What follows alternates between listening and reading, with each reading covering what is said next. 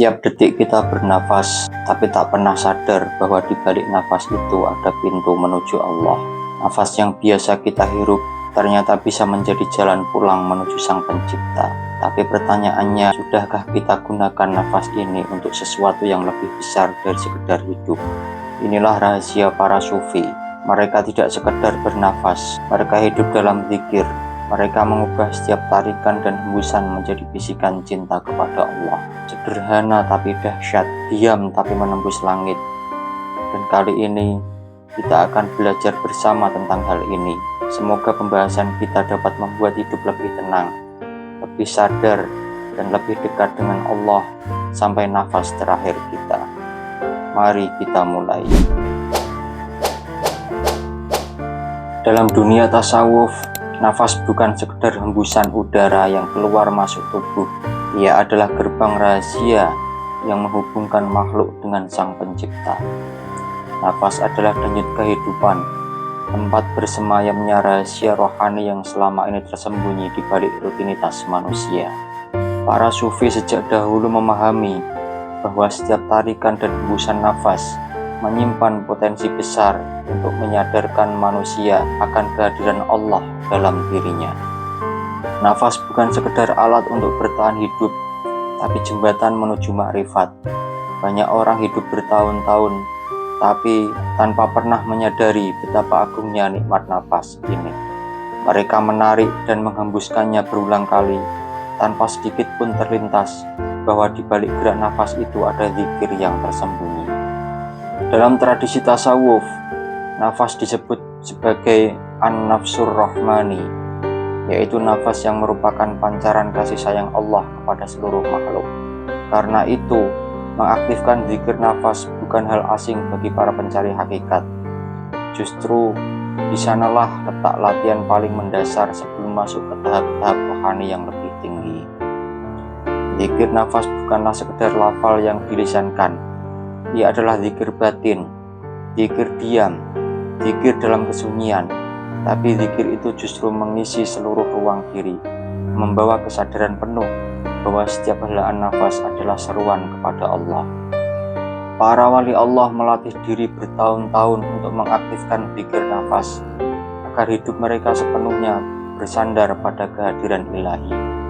Dengan nafas, para wali Allah berzikir tanpa henti, bahkan ketika tubuh tampak diam atau sibuk dengan aktivitas dunia. Dari nafas yang sederhana akan lahir kesadaran agung tentang siapa diri ini dan siapa sebenarnya yang selalu bersama kita. Para guru sufi mengatakan, perjalanan menuju zikir nafas sejati tidak bisa dilepaskan dari pengenalan terhadap lafal agung, yakni asma Allah. Bagi para sufi, nama Allah bukan sekedar sebutan. Ia adalah pintu gerbang yang menghubungkan jiwa manusia dengan sumber segala kehidupan. Setiap kali menyebut Allah, Allah, Allah, sesungguhnya ruh sedang memanggil kekasihnya. Tapi yang lebih dalam lagi, bukan hanya lisan yang menyebut, melainkan seluruh bagian diri ikut bergetar dalam panggilan itu. Disinilah peran nafas menjadi sangat penting, menghubungkan setiap helaan dengan lafal suci nan agung. Sebagaimana yang diajarkan oleh para guru mursyid, yaitu menyelaraskan nafas dengan lafal Allah secara perlahan. Tarikan nafas diiringi dengan kehadiran lafal Allah dalam batin, bukan diucapkan keras, melainkan dilafalkan dalam diam, seolah suara itu muncul dari kedalaman dada. Dan ketika menghembuskan nafas, hadirkan pula kesadaran akan kembalinya segala sesuatu kepada Allah. Menurut para guru mursyid, ini bukanlah pernafasan biasa, tapi latihan spiritual yang menghubungkan tubuh fisik dengan cahaya rohani. Dalam tahap awal, mungkin pikiran akan melayang ke sana kemari. Itu hal yang sangat wajar. Pikiran seperti anak kecil yang suka berlarian, tapi jangan menyerah.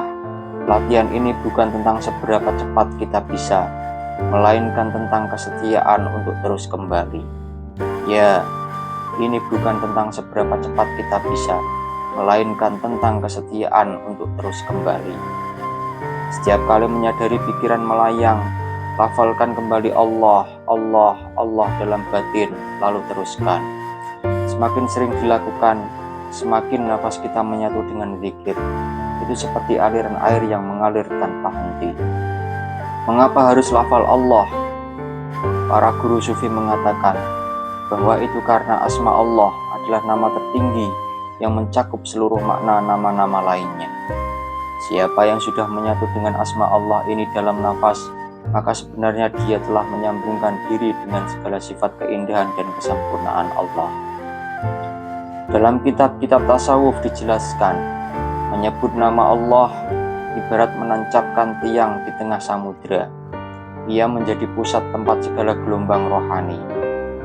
Zikir nafas adalah zikir para pecinta sejati, zikir tanpa suara, tanpa tampilan lahir, tapi getarannya menembus langit dan menggema di alam malakut. Sebagaimana dijelaskan oleh para guru, ketika latihan ini terus dilanjutkan oleh seseorang, dia akan merasakan bahwa zikir itu bukan lagi sesuatu yang dipaksakan. Zikir itu akan berjalan sendiri otomatis, seperti detak jantung. Tanpa disuruh pun, lafal Allah akan menyertai setiap tarikan nafasnya.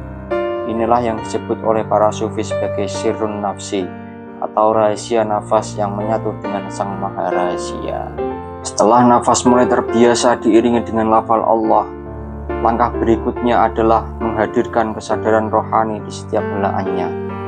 Ini bukan sekedar menyebut namanya dalam hati, tapi menyelami makna kehadiran Allah dalam hidup. Bayangkanlah setiap tarikan nafas sebagai hembusan cinta dari Allah kepada hambanya.